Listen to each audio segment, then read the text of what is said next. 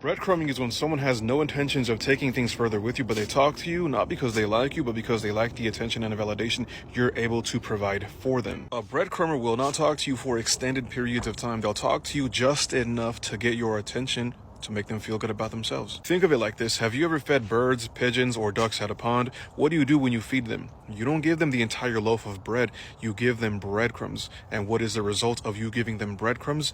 They continuously come back for more because you're breadcrumbing them. You're not giving them the entire loaf because you know that if you were to give them the entire loaf, they wouldn't come back for more. Now, what happens when you start pulling away and you walk away from the ducks, the birds, or the pigeons?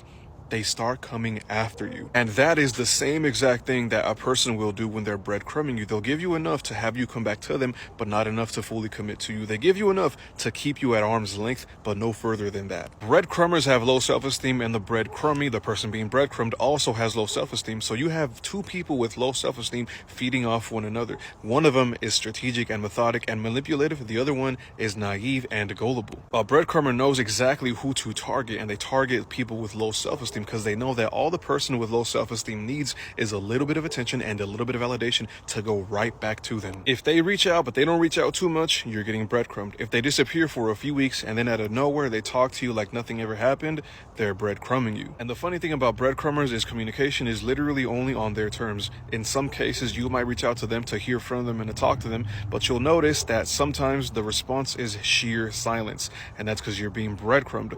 Communication is only when they want it, not when you want it, because it's all about them. A breadcrumber is always going to use you to elevate their own low self-esteem, and they're not going to care about how you feel about it because they're inconsiderate and selfish. Don't let nobody out here in these streets play you and breadcrumb you.